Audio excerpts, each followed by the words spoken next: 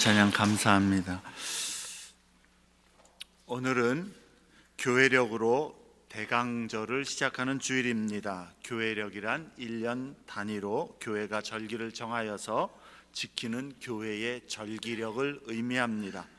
초기 기독교는 로마에 의해서 핍박을 많이 받았습니다. 그러나 주후 313년에 로마 황제 콘스탄티누스가 밀라노 칙령을 통해서 더 이상 그리스도교에 대한 박해를 하지 않도록 종결을 하고 기독교를 사실상 정식 종교로 공인한 이후에 교회력이 만들어지기 시작한 것으로 알려져 있습니다. 그런데 이 교회력이 중세에 들어서면서 변질이 되어지고 성모 마리아 축제일이라든지 성자들의 축제일 혹은 순교자 숭배 등도 교회력 안에 자리를 잡게 되었고 16세기에 종교개혁이 일어나면서 이 교회력은 종교개혁자들에 의해서 대부분 거부가 되었습니다. 그래서 개혁교회 안에서는 전통적으로 교회력을 거부해왔고 지금까지도 장로교회 안에서는 교회력에 대해서 그다지 큰 비중을 두지는 않습니다. 현대에 와서는 예배의 회복과 신앙생활의 유익함을 목적으로 그리스도의 생애와 사역을 중심으로 하는 교회력을 복원시켜서 지키고자 하는 그러한 현상들이 있습니다. 교회력을 지키는 의미는 성도의 삶과 그 일상을 그리스도를 중심으로 살아가도록 그렇게 일상에서 상기시켜 주기 위한 것이지, 이 교회력을 지키지 않으면 큰 오류를 저지르거나 불경건의 죄를 범하는 것은 아니다라는 것이죠. 예전에 우리 교회에 처음 오셨던 분이 처음 만났는데 저에게 오늘이 성령 강림절인데 왜 지키지 않습니까? 라는 질문을 하셔서 굉장히 당황한 적이 한 번 있습니다. 우리가 교회력을 상기하면서 삶에서 우리 믿는 사람들이 그리스도께 초점을 두면서 한 해를 살아가는 것이 유익하기는 하겠다라는 그런 생각을 했었습니다. 성령 강림절, 그것을 기억하는 것, 그날을 지키는 것 자체가 중요한 것이 아니라 매일의 삶에서 성령 충만한 삶을 이루고자 하는 것이 더 중요하다라는 것이죠. 그러니까 교회력을 우리가 따지는 이유는 우리의 생활 속에서 그리스도를 중심으로 살아가야 된다는 것을 계속 상기시키기 위한 목적이라는 것입니다. 개신교, 특히 장로교회에서는 어떤 교회력을 지키는가? 여러분 찬송가 뒤에 보면 교동문이 나오는데요, 그 교동문을 참조하시면 되겠습니다. 찬송가 뒤에 한번 펴보세요. 찬송가 안 가지고 오시는 분들은 참 낭패가 되실 것 같은데요. 여러분 찬송 성경을 가지고 오시면 좋겠습니다. 예배에 우리가 전화기에 다 있지만 가져오셔서 다 보시면서 그렇게 예배에 참석하는 게 유익합니다. 115번에 가면은요, 구주 강림 1 그렇게 나오죠. 바로 이게 바로 대강절을 의미합니다. 대강절이라 부르는 절기에 낭독하는 교동문이 115번부터 시작이 되고 1, 2, 3, 4가 나오죠. 이 교회력은요, 대강절로 시작을 합니다. 대강절이라는 것은 오랫동안 기다리던 메시아요 왕이신 예수 그리스도께서 이 땅에 오신 것을 기억하고 기념하는 4주간의 절기를 대강절이라고 이야기합니다. 성탄절 이전에 4번의 주일, 그것을 우리는 대강절로 지킵니다. 그러니까 오늘부터 시작하는 것이죠. 그리스도께서, 그 다음에 우리가 그리스도께서 탄생하신 성탄절을 지키고요, 그 뒤에 가보면 또 성탄절 이후에는 사순절이 시작되기 전까지 주현절이라는 절기로 들어가게 됩니다. 우리는 잘 알지 못하는 그런 이야기죠. 주현절이라고 하는 것은 그리스도께서 공식적으로 자신을 나타내신 것을 기념하는 절기입니다. 그러니까 성탄절 이후에는 사실은 교회 절기가 주현절이 시작되는 것이죠. 그 주현절은 동방박사가 아기 예수를 방문한 것, 또 예수님이 세례 받으신 것, 이런 것들을 기념하는 절기입니다. 그리고 이제 또 여러분 교동문 124번에 가면 사순절이 나옵니다. 우리에게 익숙한 사순절이죠. 사순절과 함께 이제 그 다음엔 우리가 계속 지키는 종려주일, 고난주간, 부활절을 기념하게 되고요. 그리고 부활절 이후에 50일째 되는 날 성령께서 오순절에 그 믿는 자들에게 강림하신 것을 기념하는 것, 그게 바로 성령 강림절입니다. 그리고 그 다음 주일부터는 이제 절기가 성령 강림 후 몇 번째 주, 이런 식으로 나가게 됩니다. 대강절이 오기까지, 성령 강림절부터 대강절이 오기까지의 그 절기는 그냥 이제 성도들의 삶이 그리스도를 기념하고 의지하고 기다리는 그러한 삶으로, 그렇게 경건의 삶을 이루는 그러한 절기로 들어가는 것이죠. 이 기간 동안을 삼위일체 절기라고 부르기도 한다고 합니다. 다시 말하지만 중요한 것은 절기를 지키는 것 자체가 아니다라는 겁니다. 여러분, 교회력을 보시면 아시겠지만 교회력의 그 그리스도인의 한 해에 그 삶이 돌아가는 그 사이클의 중심은 바로 예수 그리스도와 그의 사역이라는 사실입니다. 교회력의 기능과 역할은 성도로 하여금 이 땅에서 우리의 하루하루의 삶을 그리스도 예수를 중심으로 그를 의지하고 그를 따르며 그의 오심을 기다리고 기대하는 모습으로 인도하는 데에 있다라는 것입니다. 그러니까 중요한 것은 우리가 매일의 삶에서 그리스도를 중심으로 살아간다라는 것이죠. 대강절, 기대하고 또 기다린다. 대강절, 그 대강절은 그리스도께서 이 땅에 오심을 기억하고 기념할 뿐만 아니라 장차 다시 오실 예수 그리스도의 재림을 기대하고 기다리는 것이 현재 우리 믿는 자들의 상태라는 것을 상기시켜주는 그런 절기입니다. 성탄절에 우리는 기쁘다 구주 오셨네라고 찬송하고 기뻐하게 됩니다. 그때에 우리는 구주 예수께서 장차 다시 오실 때에 누리게 될 기쁨과 영광, 그리고 그 구원의 완성과 하나님 나라의 완전한 도래, 또 주님의 모든 약속의 성취를 확신하면서 기대하고 바라보는 것입니다. 그게 대강절의 큰 의미입니다. 그날이 임한다라는 것을 기대하는 가운데에 성도들은 이 땅에서의 그 삶을 어떻게 살아야 하는가를 상기하면서 자신의 삶을 돌아보면서 성도의 경건과 헌신의 삶, 주님의 뜻과 사명에 순종하며 살아가는 충성된 삶을 다짐해야 한다라는 것이죠. 그냥 아무 의미 없이, 아무 생각 없이 하루하루를 그냥 살아가는 것이 아닙니다. 우리의 삶은 그리스도 안에서 그리스도의 오심을 바라보며 그리스도를 만날 모습으로 그리스도께 충성된 삶을 살아가는 것, 이게 성도의 삶의 핵심이 되어야 된다는 것이죠.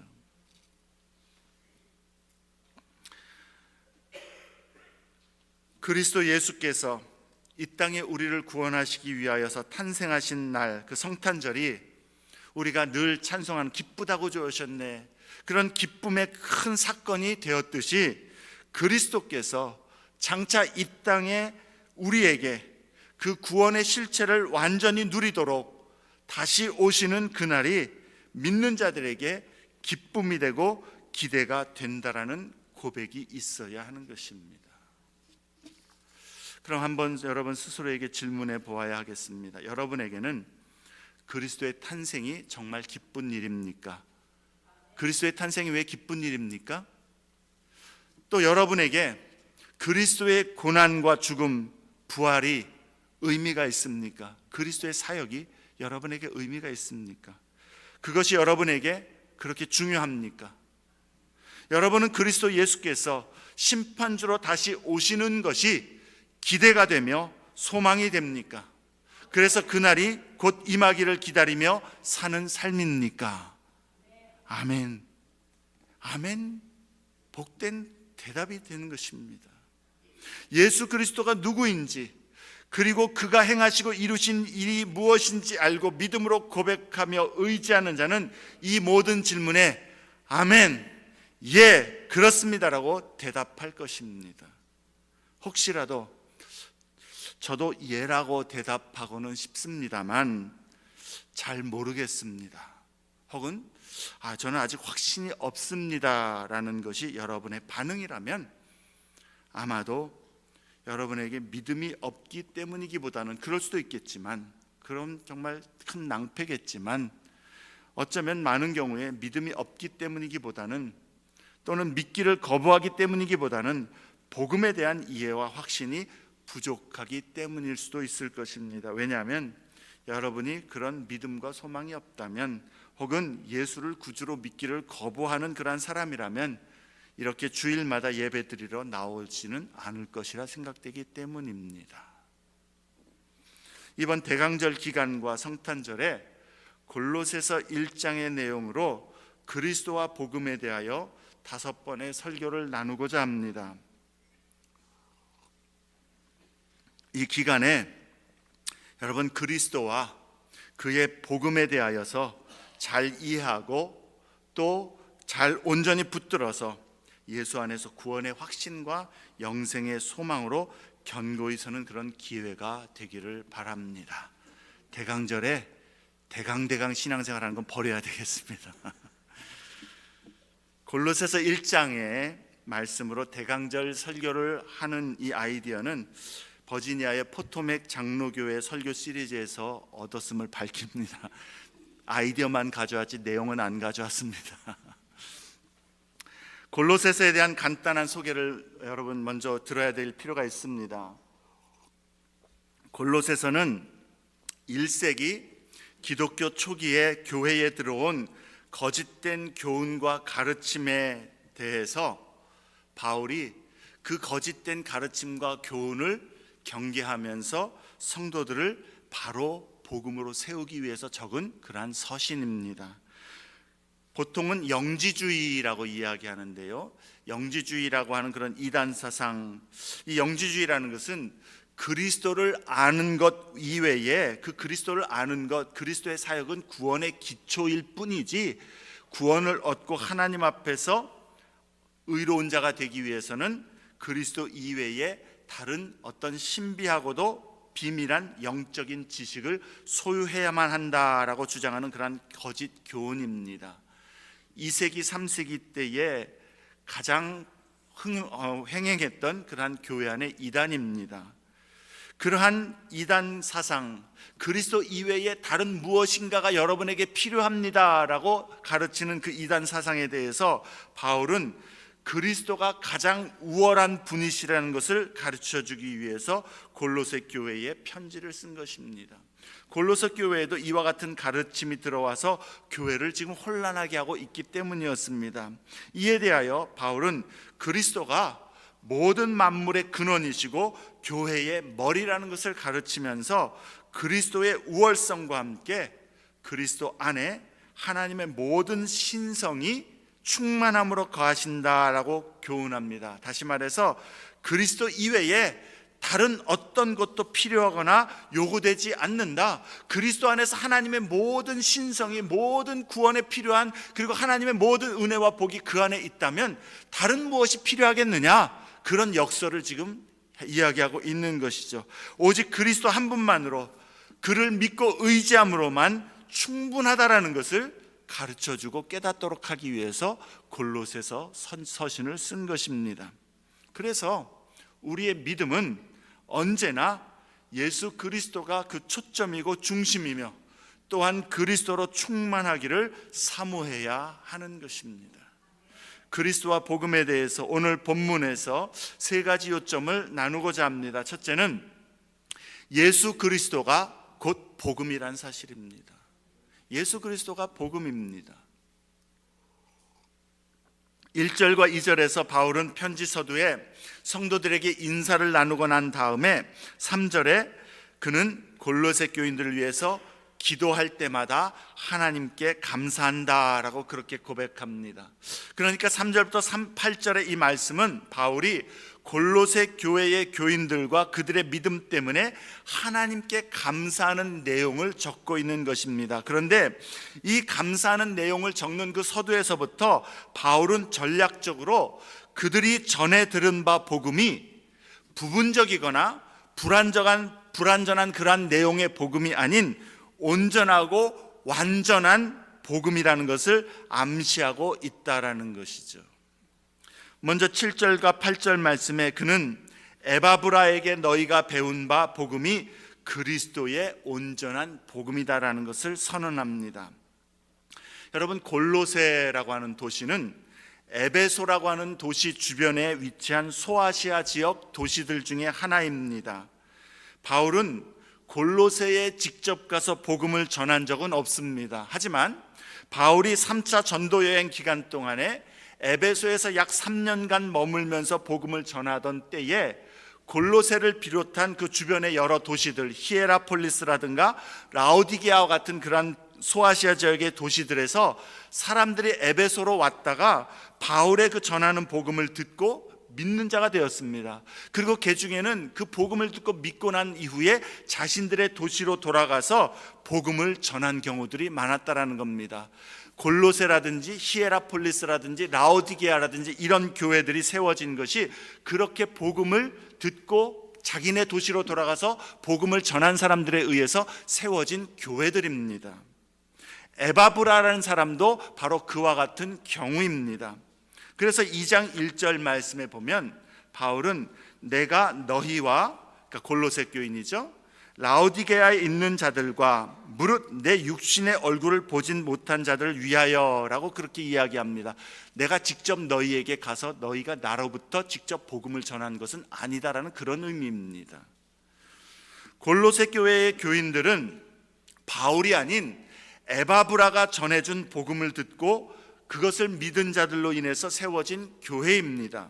그래서 혹시라도 어떤 사람들이 와서는 에바브라가 당신들에게 복음을 전했지만 그가 진리에 관해서 전부 다 말하지는 않았군요, 여기 새로운 것이 있습니다, 여기 더 깊은 진리가 있습니다라고 그렇게 말하는 사람들이 있다면 바울은 그렇지 않다, 그렇게 주장하는 사람들 그들이 틀렸다라고 지금 이 편지 서두에서 확증해주고 있다라는 겁니다.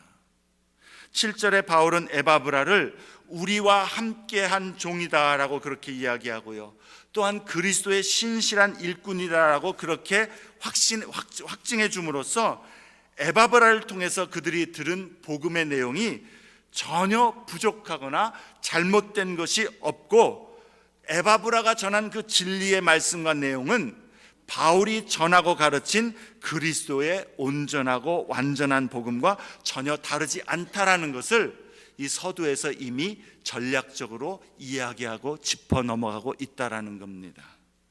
그리고 바울이, 그리고 에바브라가 전한 복음은 예수 그리스도 이외에 다른 어떤 것도 우리에게 구원을 위하여 더 필요하거나 무엇을 더 알아야 할 필요가 없다라는 사실이라는 것이죠. 오직 예수 그리스도로 말미암아 예수와 그의 사역을 통하여서 믿음으로 우리가 죄사함과 구원 그리고 영생을 얻고 하나님 앞에 의로운 자로 설 수 있다라는 것입니다. 다른 아무것도 요구되지 않고 요구되지 말아야 한다라는 것이죠. 거짓 교훈을 가르치는 사람들, 곧 이단이라고 하는 사람들은 그 당시나 지금이나 예수 그리스도를 절대로 거부하는 법이 없습니다. 단지 예수 그리스도 이외에 다른 어떤 것이 필요하다, 하나님에 관한 더 깊은 지식을 알아야 한다, 혹은 더 신령한 경험이나 은사를 너희들이 가져야 한다라고 주장을 하는 것이죠. 어떤 영적으로 보이는 제의적인 혹은 예식적인 규칙들을 지켜야 한다든지, 혹은 더 높은 수준의 영적인 삶을 너희가 성취해야 할 필요가 있다라든지, 그런 등등의 예수 그리스도와 그의 사역 이외에 다른 무언가 플러스가 더 있어야, 더 신령한, 더 깊은, 더 온전한 무언가가 우리에게 있어야 하나님 앞에 구원을 얻고 의롭다함을 얻는다라고 주장하는 것이 곧 이단입니다. 그것이 거짓 가르침이고요, 바울이 갈라디아에서 말하는 다른 복음이라는 것입니다. 예를 들어서 구원을 얻는 참 믿음은 반드시 방언을 말할 수 있어야 된다, 성경에 그런 말씀 없습니다. 아니면 어떤 교파에 속해야 된다, 아니면 어디에 가서 꼭 어느 교회에서만 세례를 받, 이런 것들이 거짓 복음이라는 것이죠. 그래서 바울은 골로새 교인들에게 편지를 써서 예수 그리스도와 그의 구원 사역으로만 충분하고 그리스도만이 우리의 유일한 구원이심을 깨닫게 하기를 원했다라는 것입니다. 믿음으로 그리스도 예수 안에 있는 자는, 우리가 참 믿음으로 그리스도 예수 안에 있다면 그 사람은 그리스도로 말미암아 구원의 완전한 자가 된 것입니다. 이게 복음입니다. 믿음으로 그리스도 예수 안에 있는 자는 그리스도로 말미암아 하나님 앞에 의로운 자가 되었다. 이게 복음입니다. 그리스도를 믿는 믿음은 우리의 구원과 의로움을 위하여서 그리스도 이외에, 그리스도만을 의지하는 것 이외에 그 어떤 것에도 의존하는 것을 필연적으로 배제하는 것입니다. 다시요. 그리스도를 믿는 믿음은 우리의 구원과 의로움을 위하여 그리스도 이외에 그 어떤 것에도 의존하는 것을 필연적으로 배제하는 것입니다. 그게 나의 어떤 선한 행위도 포함이 되는 겁니다.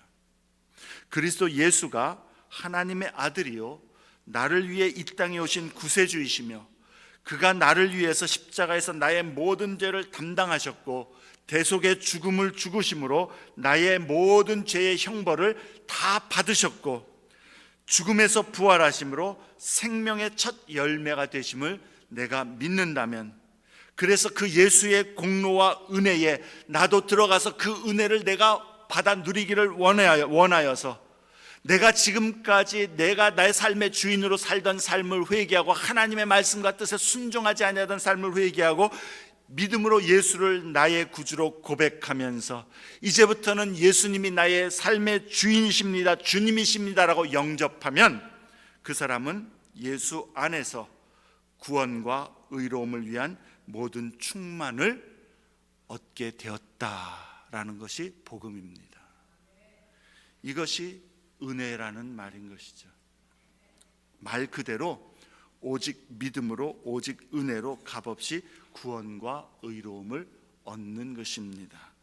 우리가 구원과 의로움을 위하여 따로 성취해야 되거나 자격을 갖추도록 무엇을 행하고 경험해야 하거나 어떤 완전함을 이루어야 할 것들이 없다라는 것입니다.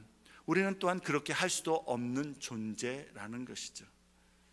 많은 그리스도인들이 오해를 합니다. 복음의 내용을 하나님의 아들이 우리를 위해서 이 땅에 오신 것, 그래서 우리를 위해서 구원하시기 위하여 십자가에서 죄를 담당하신 것, 그래서 그것을 믿으면 우리가 구원을 얻는다라는 것, 그것으로만 이해합니다. 이 말은 맞기는 맞습니다. 그런데 예수님을 단지 구원의 문이 닫혀 있던 것, 우리가 열 수 없는 것을 열어 젖혀 주신 분이시고, 단지 구원으로 들어가는 통로가 되어주시고 수단이 되어주신 것이고, 또 이제 그 통로와 수단을 통해서 내가 구원을 얻을 수 있도록 도덕적인 삶과 의로운 삶, 선한 삶을 살아내야만 하고, 어느 수준의 우리가 영적인 수준에 다다르게 되면 그때야 주님이 비로소 네가 구원을 얻을 만한 순종을 이루었구나, 도달했구나, 지혜롭게 의로운 삶을 잘 살았구나, 생명을 얻을 자격을 네가 이제는 갖추었구나,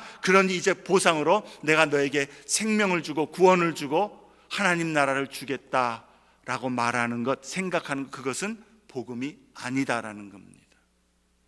예수 그리스도 이외에 내가 무언가를 성취해야 되고 내가 무언가를 이루어야 된다는 것 자체가 그리스도 플러스 something, 그것이 되기 때문에 그것은 성경이 말하는 복음이 아니다라는 거예요.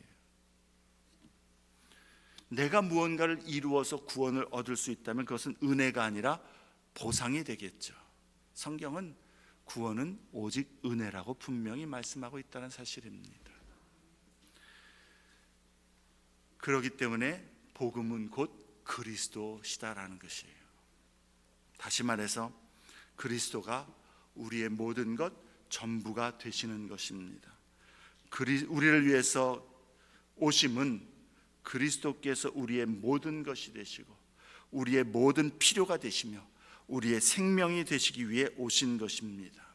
고린도전서 1장 30절에 너희는 하나님으로부터 나서 그리스도 예수 안에 있고, 예수는 하나님으로부터 나와서 우리에게 지혜와 의로움과 거룩함과 구원함이 되셨다라고 그렇게 말씀합니다. 그리스도가 우리의 지혜, 우리의 의로움, 우리의 거룩함, 우리의 구원함이 되셨다라는 겁니다. 내가 이제 예수를 믿고 난 다음에 내가 의로운 자로 얼마만큼 도달해야만 의롭게 되는 것이 아니라, 내가 하나님 앞에 설 때에 너는 의로운 자인가? 예수 그리스도가 나의 의로움입니다. 이게 믿음이라는 거예요. 이게 복음이라는 겁니다. 예수가 나의 하나님 앞에 내세울 의로움이라는 것이죠. 내가 구원의 지혜를 탐구해서 얻어야 되는 것이 아니라 그리스도가 곧 나의 지혜라는 것입니다. 하나님을 경외하는 지혜라는 것이죠. 하나님 앞에 거룩한 자만이 설 수 있는데, 그 거룩함을 내가 완전히 이루어내므로 내 안에서 더러움이나 세속적인 것이 하나도 없게 되어야만 구원을 얻는 것이 아니라, 그리스도가 나의 거룩함이 되어주시기 때문에 내가 하나님 앞에 설 때에 예수 안에서 하나님의 거룩한 자로 우리가 받아들여지는 것이요, 그리스도가 나의 구원이기 때문에 그리스도 안에서 내가 하나님 앞에서 구원의 은총을 얻게 된다라는 것입니다. 그래서 복음은 곧 예수 그리스도입니다. 그리스도께서 자신을 그렇게 우리에게 주시기 위해서 이 땅에 오신 것입니다. 하나님께서 아들을 우리에게 주신 것은 그리스도가 우리의 모든 필요, 만족, 생명이 되게 하시기 위함이라는 것입니다.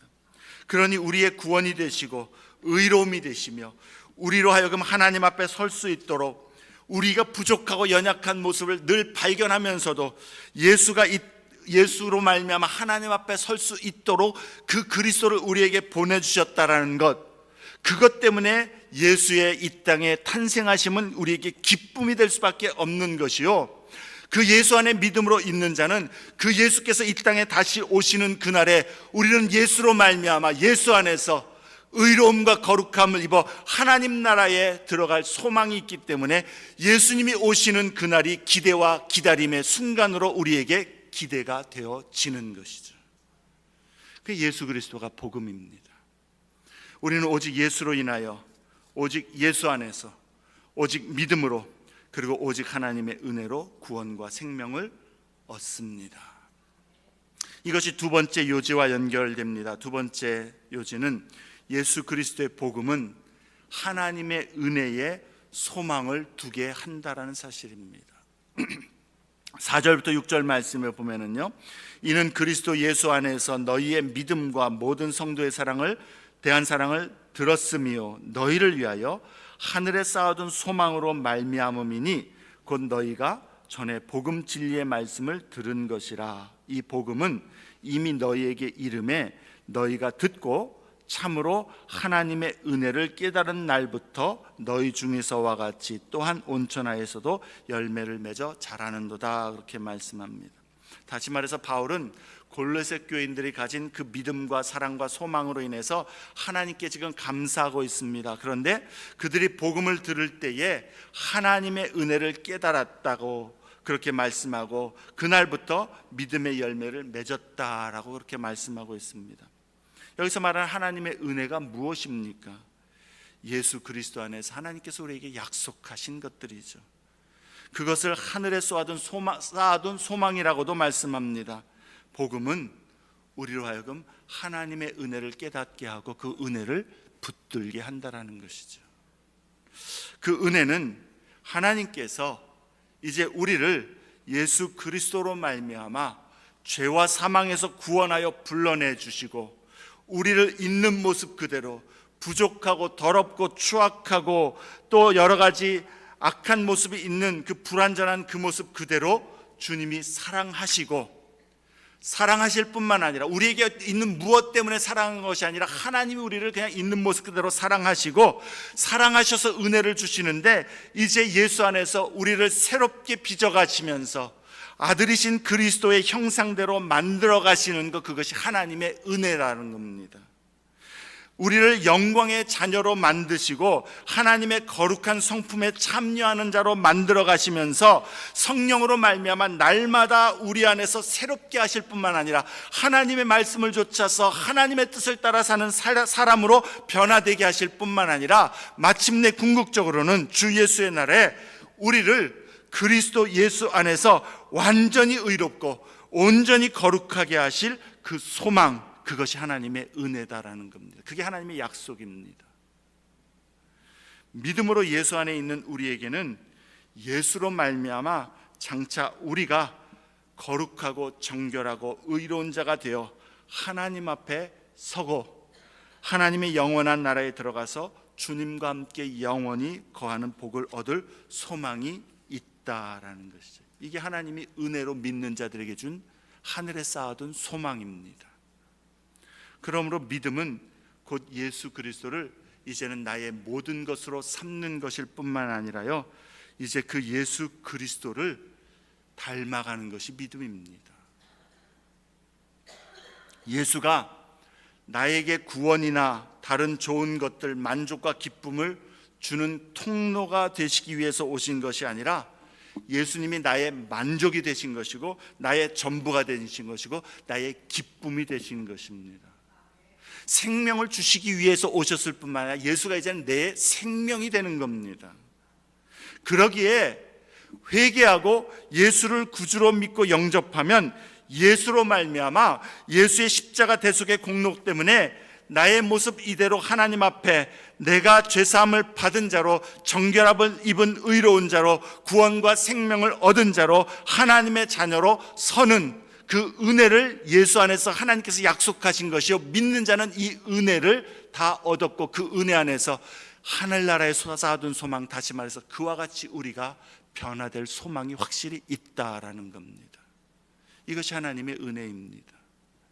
그리고 이 은혜는요, 우리를 변화시키는 은혜이기 때문에 이 은혜를 진정 깨달은 자는, 하나님의 은혜를 믿음으로 얻은 자는 이제 하나님 앞에서 지혜로운 의의 생활, 하나님의 말씀과 뜻을 따라 정결하고 거룩한 삶을 살아가고 하나님의 말씀과 뜻에 순종하기를 사모하는 삶을 살기를 더욱 사모하게 되는 것입니다. 예수를 믿을 때 우리는 성령으로 말미암아 거듭난 자가 되기 때문에 그렇습니다. 교리적으로는요, 예수를 믿음으로만 우리가 다른 어떤 것에 더하지 않고 오직 예수와 예수의 공로로만 구원함과 의롭다함을 얻지만, 우리가 회개하고 믿음으로 예수를 나의 주님으로 영접할 때에 우리 안에 벌어지는 하나님께서 역사하시는 성령의 능력은 우리 속사람을 새롭게 하시는 겁니다. 죄를 미워하는 본성을 우리에게 심어주시는 겁니다. 하나님의 뜻과 마음을 쫓아서 하나님께 순종하는 그러한 새로운 영을, 새로운 마음을, 부드러운 심령을 우리 안에 심어주시는 겁니다. 그렇기 때문에 예수를 믿는 하나님의 이 은혜가 우리 안에 있다면 우리의 소망은 하나님 말씀대로 살기를 원하는 것이 되는 것입니다.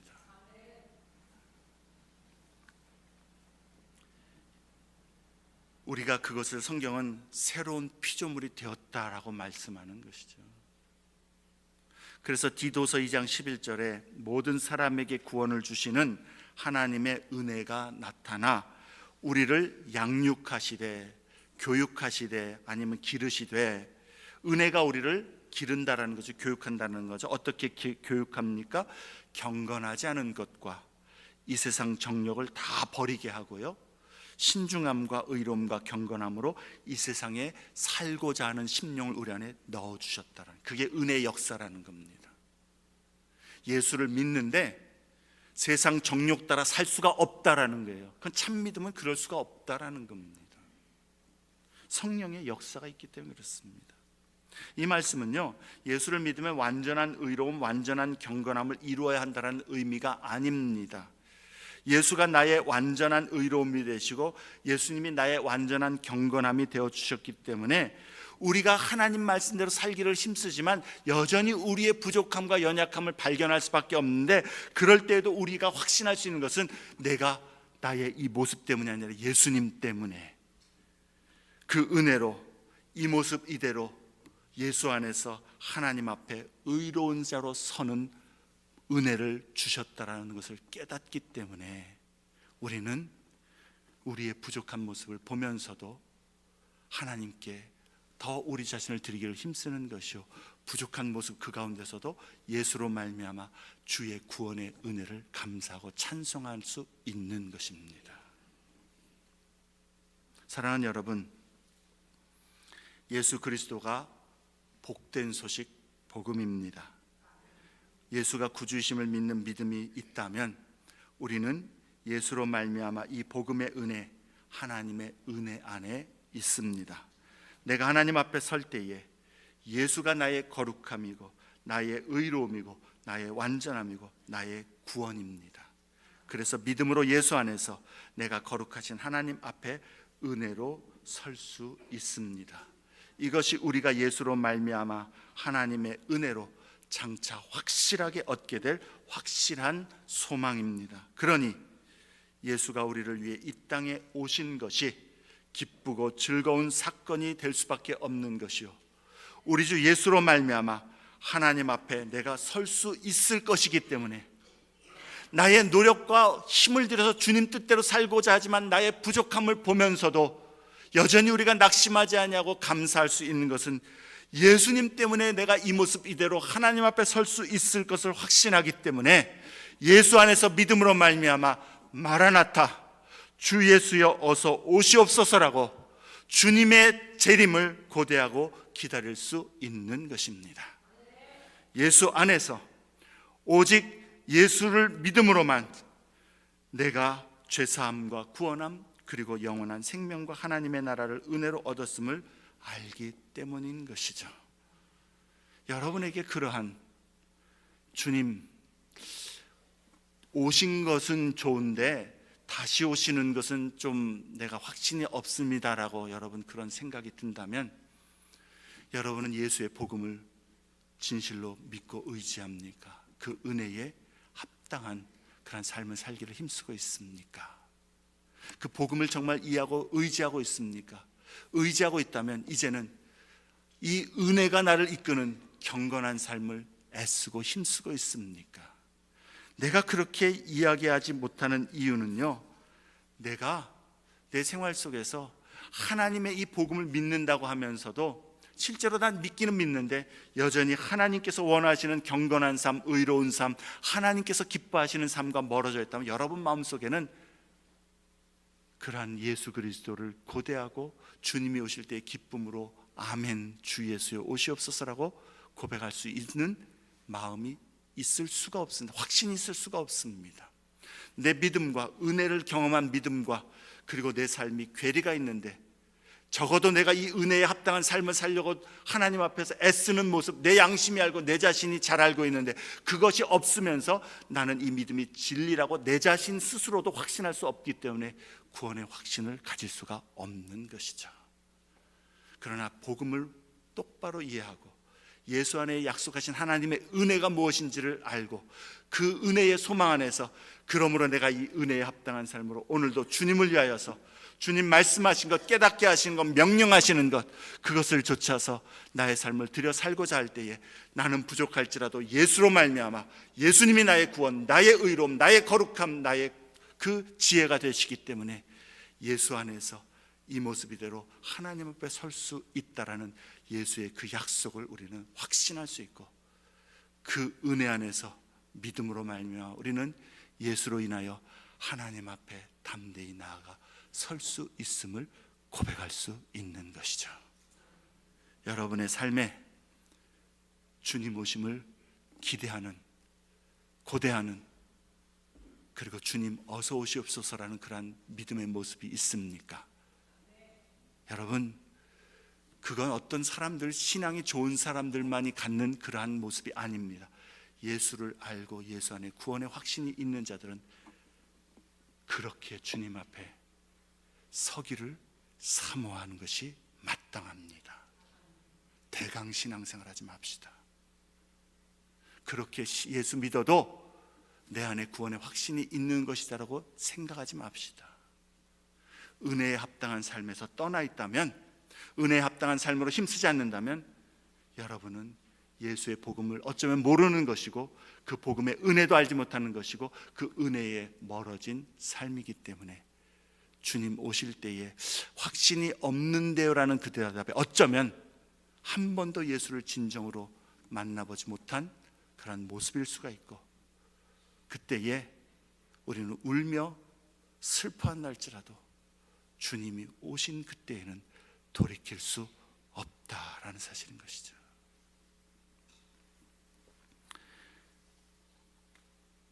예수 그리스도로 인한 하나님의 은혜에 소망을 두는 신자는 주 예수 그리스도의 재림이 두려운 일이 되는 것이 아닙니다. 기쁨과 고대의 사건이 되어야 하는 것입니다. 예수 그리스도의 복음은 우리로 하여금 하나님의 그 은혜에, 크신 은혜에 소망을 두게 하기 때문입니다. 마지막으로 예수 그리스도의 복음은 우리로 열매를 맺어 자라가게 한다라는 사실입니다. 3절부터 6절에 바울은 골로새 교인들이 하나님의 은혜의 복음을 듣고 하늘에 쌓아둔 소망이 그들로 하여금 하나님을 더욱 믿고 또한 성도들을 사랑하도록 하였음을 말씀하고 있습니다. 바울은 성도들이 하나님의 은혜 안에서 믿음과 사랑과 소망의 열매를 맺어서 영적으로 자라가는 모습 때문에 하나님께 감사한다라고 고백합니다. 믿음, 사랑, 소망, 이 세 가지는 바울이 자주 그의 서신에서 말씀하는 그리스도인의 특색이요, 바울뿐만 아니라 당시에 믿는 자들에게 아주 보편적인 그러한 그 특색으로 그렇게 알고 있는 내용이라는 것이죠. 믿음, 사랑, 소망, 이 세 가지는 서로 떨어지지 않습니다. 한 가지만 있고 나머지 둘은 없다든지, 혹은 둘만 있고 하나는 없다든지 할 수 없다라는 겁니다. 그리고 이러한 열매는 8절 말씀대로 6절 말씀대로 복음이 전해지는 곳이라면 어디든지 온 천하에서도 믿는 자들에게 동일하게 나타나는 결과라는 것을 말씀하고 있습니다. 여기서 잠시 기억할 것은요, 바울은 그의 서신에서 성도들이 가진 믿음에 대해서 한 번도, 그의 서신들을 찾아보면 한 번도 그들의 믿음을 축하한다라고 이야기한 적이 없습니다. 항상 하나님께 그들의 믿음을 인하여 감사한다라고 고백을 합니다. 여러분, 축하한다라는 것이 무슨 의미입니까? 열심히 잘했구나, 성취했구나, 축하한다, 그런 의미죠. 감사한다라는 건 뭡니까? 은혜로 얻은 것에 대한 고마운 마음입니다. 믿음은 축하할 일이 아닙니다. 감사할 일입니다. 왜냐하면 믿음은 우리 안에서 우리가 생성해낸 것이 아니기 때문에 그렇습니다. 믿음은 하나님의 선물입니다. 하나님께서 우리에게 믿음을 주시기 때문에 우리가 예수를 구주라 고백할 수 있게 된 것입니다. 시간이 지나면, 교회에 오랫동안 나와서 설교를 많이 들으면 믿음이 생성되는 게 아닙니다. 물론 말씀을 들음으로 믿음이 생기지만, 그냥 내가 작정하지 않고 결단하지 않고 그냥 듣기만 많이 한다고 해서 믿음이 절대로 여러분에게 생기지 않습니다. 믿음은 하나님이 일하실 때에, 우리 안에서 일하실 때에 우리에게 믿음의 고백이 있게 되는 겁니다. 그리고 하나님께서 우리에게 일하실 때 우리에게 나타나는 반응은 뭔가? 이 말씀을 내가 믿어야 되겠구나. 하나님, 내가 이제는 믿기를 원합니다. 믿기로 작정합니다. 믿기로 결심합니다. 이제 하나님 앞에서 나의 삶을 드리기를 내가 약속합니다. 그렇게 믿음으로 믿고 살기를 원합니다. 내가 반응하는 게 그게 믿음인데, 그게 하나님이 일하신 결과라는 겁니다. 자연적으로 생기는 게 아니라는 겁니다. 하나님이 우리 안에 믿음을 일으키신 것입니다. 그리고 그 하나님이 일으키신 역사하심에 내가 반응한 것이 믿음의 고백입니다. 그리고 내가 그 믿음을 지키고자 할 때 하나님은 은혜로 우리의 믿음을 지켜주시는 것이고요, 믿음은 그러므로 성령의 역사에 의해서 우리 안에서 하나님이 일하심으로 일어나는 것입니다. 그래서 바울은 골로새 교인의 믿음 때문에 하나님께 감사한다고 이야기하는 겁니다. 믿음은 그리스도를 붙잡는 겁니다. 그리고 그리스도를 붙잡는 그 믿음이 있다는 것은 하나님께서 내 안에 이미 일하셨다는 증거라는 거예요.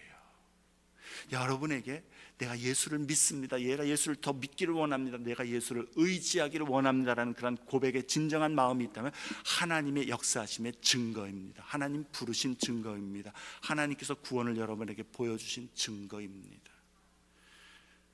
하나님이 우리 안에서 역사하심으로 믿음이 생성된 것이기 때문에 그렇습니다. 그게 하나님의 은혜입니다. 그래서 여러분, 믿고 싶은 마음이 있고 믿고자 하는 결단이 있고, 그래서 이제는 믿어보기로 작정하자, 이제는 믿자, 하나님의 말씀대로 한번 따라보자라는 그런 마음이 있는 것도 하나님의 일하심의 증거입니다. 그런데 우리가 또한 믿음으로 하나님께 더욱 가까이 나아가고자 할 필요가 있습니다. 의지적으로 결단하여서 믿음으로 하나님께 반응하고자 할 때에 하나님 우리 안에 그 믿음을 더욱더 강하게 하시고 생성하셔서 더욱더 주님을 깨닫게 하시고 주님을 의지하게 하시고 우리에게 하나님의 은혜를 더 보여주시는 것이죠. 그러면 하나님의 일하심으로 믿음이 있지만 우리가 또한 하나님 앞에 믿음으로 반응하기를 힘써야 되는 것이죠. 하나님께 믿음으로 감사하기를 힘써야 되는 거예요. 우리 지난주에 얘기했던 거죠. 믿음으로 감사하기를 힘쓰고 믿음으로 하나님 뜻에 순복하려고 노력하고 하나님께 헌신하여 충성하기를 힘쓰고 믿음으로 하나님 앞에서 순종의 행동을 하고자 결단하여 하나님께 반응하고자 할 때에 하나님 우리를 북돋아 주셔서 성령의 능력으로 우리의 믿음을 강하게 하고 견고하게 하셔서 우리는 믿음으로 성장하고 하나님 말씀을 따라 살아가도록 성령이 역사하시는 것입니다. 그리고 이 믿음은 소망에 대해서는 이야기를 했으니까요, 이 믿음은 사랑과 분리된 적이 없다라는 사실인 것이죠. 하나님을 사랑하는 자는 하나님을 사랑하는 자는 또한 형제를 사랑하기를 힘쓰는 것입니다. 여러분, 오늘날 많은 그리스도인들이 나는 하나님을 사랑하지만 믿음의 성도들, 형제자매들을 사랑하지 않는다고 이야기하는 것 잘못된 겁니다. 믿음, 사랑, 소망 따로 떨어져 가는 법이 없는 것입니다. 여기서 말하는 사랑은요, 믿음이 자연적이 아닌 것처럼 여기서 말하는 사랑도 자연적인 것이 아닙니다. 내가 누군가를 좋게 느끼는 것, 내 마음이 그 사람에게 끌리는 것, 내가 저 사람을 그냥 있는 모습 그대로 다 아름답게 귀하게 보여지는 것, 그것을 말하는 것이 아닙니다. 그런 것이라면 사랑하라고 이야기하지도 않았을 것이고, 그런 사랑이라면, 그렇게 나에게 어트랙티브한 사람이라면 사랑하지 못할 사람이 누가 있겠습니까? 여기서 말하는 사랑은 의지적인 사랑입니다. 나와 같은 죄인을, 죄 있는 모습 그대로를, 하나님 앞에 진노의 형벌을 받아 합당한 나를 하나님께서 무조건적인 사랑으로 오셔서 긍휼히 여겨주셔서 사랑하시고 용납하시고 용서하시고 구원하셨던 그 사랑을 내가 배우고 그 은혜를 배웠기 때문에 이제 나도 형제를 향하여서, 다른 사람들을 향하여서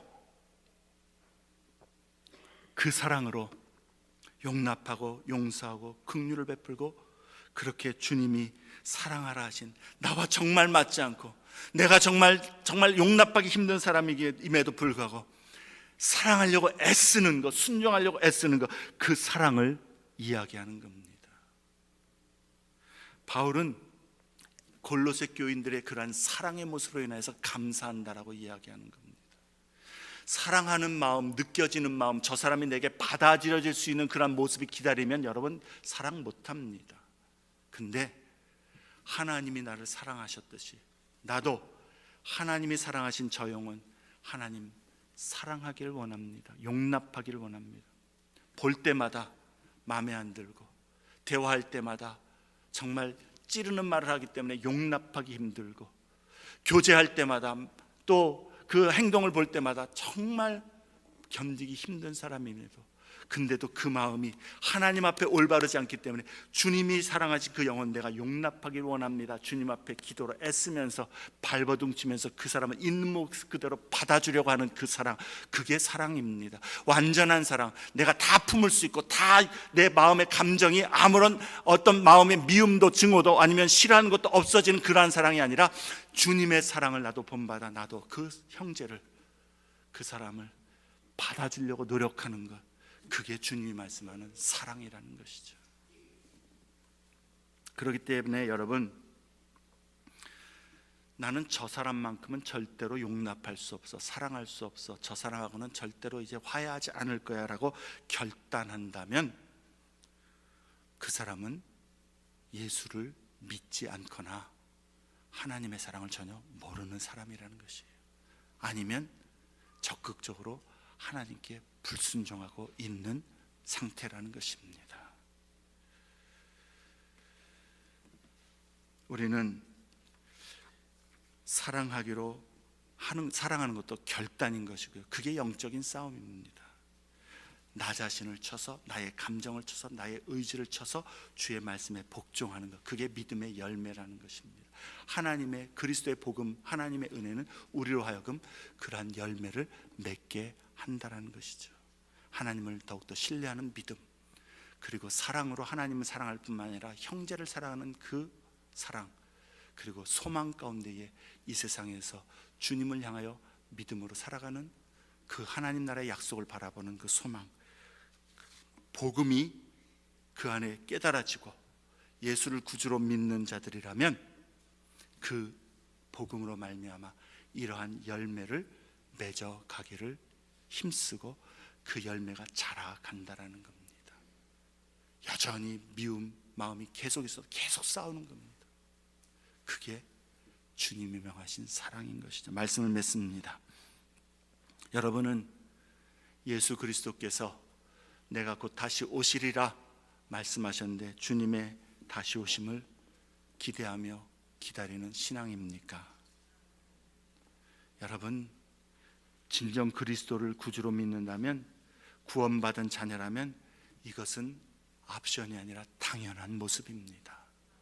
내 마음에 그렇습니다라고 이야기하지 못한다면 내가 예수 그리스도의 복음을 바로 이해하고 있는지, 그리고 예수 안에 있는 이 하나님의 은혜의 소망을 믿음으로 붙들면서 그 은혜에 합당한 삶을 살려고 애쓰고 있는지, 그리고 하나님 앞에서 내 마음에 정말 순종하여서 믿음과 사랑과 소망의 열매를 맺어가려고 노력하고 있는지 돌아봐야 될 것이요, 이러한 부분들에서 내가 부족한 면이 있고 하나님 앞에 불순종하는 모습이 있다면 그게 내 마음의 감정이든 생각이든 드러난 것이든 하나님 앞에 회개하고 예수의 복음 은혜를 붙들고 그 예수 그리스도께 우리 자신을 맡겨 주님의 뜻대로 살아가고자 할 때에 우리 안에 그 하나님의 예수 그리스도의 복음의 은혜는 우리로 하여금 더욱더 하나님 나라의 소망을 확신으로 붙들게 할 것이요, 그 소망 안에서 우리는 점점 더